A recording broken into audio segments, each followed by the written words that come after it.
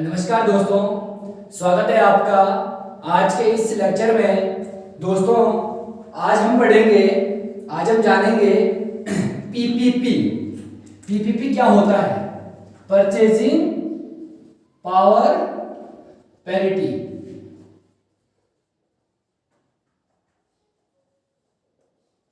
इसको हिंदी में बोलेंगे हम क्रय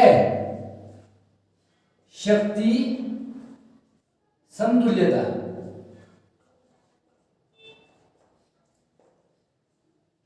PPP purchasing power parity. Purchasing power parity का काम क्या है? परचेसिंग पावर पैरिटी से हम किस चीज का निर्धारण करते हैं? इससे हम दो देशों की अर्थव्यवस्थाओं का कंपैरिजन कर सकते हैं। दो देशों की अर्थव्यवस्था का कंपैरिजन कर सकते हैं। किस बेस पे? देखो, इसको हम साधारण भाषा में बोल सकते हैं हम इंटरनेशनल एक्सचेंज रेट। इसको क्या बोलते हैं हम? International exchange rate. अगर हम दो देशों की अर्थव्यवस्था का कंपैरिजन करें किस बेस पे? वस्तु एवं सेवा के बेस पे, गुड्स एंड सर्विस के बेस पे क्या करते हैं हम? दो इकोनॉमी का कंपैरिजन करते हैं। क्या करते हैं हम? इससे कंपैरिजन करते हैं दो इकोनॉमी का कंपैरिजन। अब देखो कैसे करेंगे। एक एग्जांपल के बेस पे हम इसको समझेंगे। थोड़ा एग्जांपल देखते हैं, उस बेस पे हम क्या इसको थोड़ा समझ लेते हैं। इसको बोलते हैं इंटरनेशनल एक्सचेंज रेट। क्या बोलते हैं? International exchange rate. और इसे क्या करते हैं हम? दो देशों की इकोनॉमी का कंपैरिजन करते हैं। किस बेस पे? Goods and service. कौन सा? Goods and service. मान लेते हैं हम जैसे यूएसए और इंडिया की इकोनॉमी में कंपैरिजन कर लेते हैं। यूएसए और इंडिया दो देश है, इनकी अपनी इकोनॉमी होगी, तो इनके मान लेते हैं हम यूएसए में गुड्स है। गुड्स क्या है? मान लो हम एप्पल लेते हैं। एप्पल लेते हैं, यहां पे हमने एप्पल लिया। इंडिया में एप्पल लो और यूएसए में एक एप्पल लो। और दूसरी चीज, इंडिया जो यूएसए में डॉलर है वो इंडिया के कितने रुपए के बराबर है? हम मान लेते हैं इसको। क्या मान लेते हैं? Let's see. देखो, एक डॉलर किसके बराबर है? लगभग 70 रुपए के बराबर है। मान लिया हमने कि एक डॉलर किसके? 70 रुपए के बराबर है। लेकिन क्या होता है दोस्तों, जो हमारा एक एप्पल है, एक एप्पल की मैक्सिमम प्राइस कितनी हो सकती है? कितनी हो सकती है? मैक्सिमम प्राइस मान लेते हैं 10 रुपए है। 10 रुपए का क्या है? एक एप्पल मिलता है इंडिया में। मिल गया। अब यूएसए में मैक्सिमम या मिनिमम देख लेते हैं। एक एप्पल कितने का मिलेगा? यूएसए में एक एप्पल कितने का मिलेगा? $1 का मिलेगा मिनिमम, या मैक्सिमम भी बोल सकते हैं, हमें वहां का पता नहीं। लेकिन अब मिनिमम तो इतना है कि $1 का तो एक एप्पल मिलेगा ही। इंडिया में कितना रुपए का मिला? 10 रुपए का एक एप्पल माना हमने।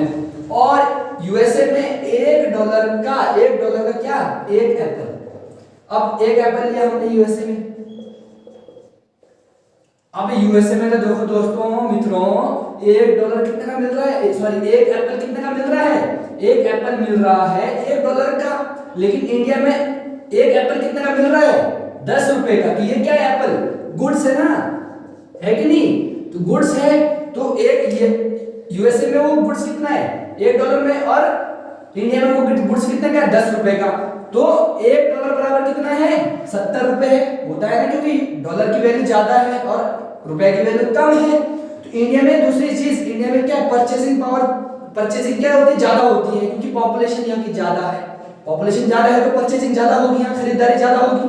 तो इस क्या बोलता है? क्रय शक्ति समतुल्यता, मतलब खरीदने की शक्ति किसकी ज्यादा है? कौन से देश की ज्यादा है?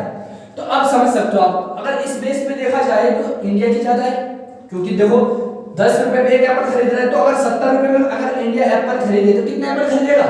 7 एप्पल खरीदेगा कि नहीं खरीदेगा?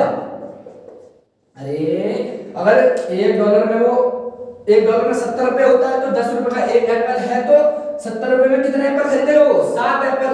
और इसने $1 में कितना खरीदा? एक एप्पल। तो 7 एप्पल बराबर कितना? एक एप्पल। 7 एप्पल बराबर किसका? एक एप्पल के बराबर हो गया। परचेसिंग पावर किसकी ज्यादा है? इंडिया की है। किसकी है? इंडिया की है। अब देखो दूसरी चीज क्यों इंडिया की जो पीपीपी है क्यों ज्यादा है, क्योंकि इंडिया की जो पॉपुलेशन है वो ज्यादा है यूएसए से। लेकिन अगर हम टोटल मिला के कुल मिला के देखा जाए तो नंबर वन में किसकी है पीपीपी? पीपीपी में नंबर वन कौन है? यूएसए। दूसरे नंबर में कौन है? चाइना। तीसरे में कौन है? पहले में तो हो गई यूएसए, दूसरे में है चाइना, और तीसरे में कौन होगा? इंडिया होगा। लेकिन अगर हम जीडीपी के बेस पे काउंट करें इंडिया को, जीडीपी के बेस पे कभी 5वें नंबर पे जाता है इंडिया, कभी 6ठे नंबर पे जाता है। आपको कमेंट बॉक्स में कमेंट करके बताना है कि इंडिया की जो जीडीपी के बेस पे है वो कौन से पोजीशन में है। लेकिन पीपीपी के बेस पे इंडिया की कौन सी पोजीशन है? तीसरे नंबर में है। क्यों? समझो इस चीज को, देखो क्यों इंडिया का जो 70 रुपए है उसके बराबर $1 के बराबर, लेकिन यूएसए में अगर आप 70 रुपए लेके जाओगे तो किसके बराबर होगा? $1 के बराबर। तो आप 70 रुपए में एक एप्पल खरीदोगे कहां पे? यूएसए में जाके खरीदोगे ना। अब एक एग्जांपल और समझो, ये क्या बताता है कि लिविंग स्टैंडर्ड बताता है कि किस देश का कितना ज्यादा लिविंग स्टैंडर्ड है। मान लो आप दिल्ली में रहते हो, या आप अगर आपको दिल्ली में रहना है, मान लो दिल्ली में रहना है, और एक आप रूरल एरिया में रहते हो, एक सिटी है, कस्बा है। ये दिल्ली क्या है? सिटी है, मेट्रो सिटी है। ये कौन सी सिटी है? ये मेट्रो सिटी। और एक आप साधारण सिटी में रहते हो, जो गांव में कोई शहर होगा आसपास, वहां पे रहते हो आप। ये कौन सी सिटी है? नॉर्मल सिटी है।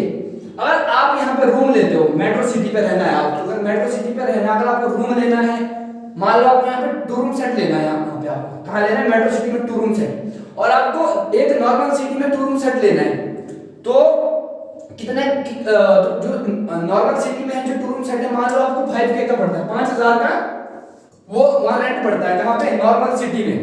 नॉर्मल सिटी में अगर आपको 5000 का वो रूम रेंट में पड़ रहा है, तो आपको मेट्रो सिटी में कितना का पड़ेगा? वही रूम अगर आप दिल्ली में लेना चाहोगे तो कम से कम आपको 15,000 पे करना पड़ेगा।